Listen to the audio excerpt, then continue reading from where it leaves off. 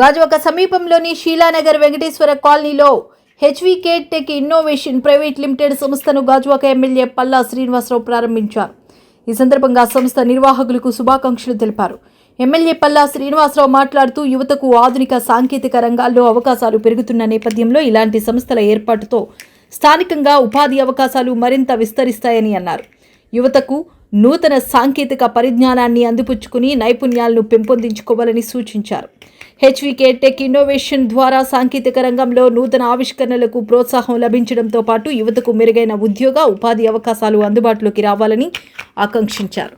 ఈ కార్యక్రమంలో సంస్థ founder Koilada Aravind, co founder Dasari Vidyasri, స్థానిక నాయకులు అక్కిరెడ్డి శ్రీనివాస్, గోవింద్, చందు తదితరులు పాల్గొన్నారు.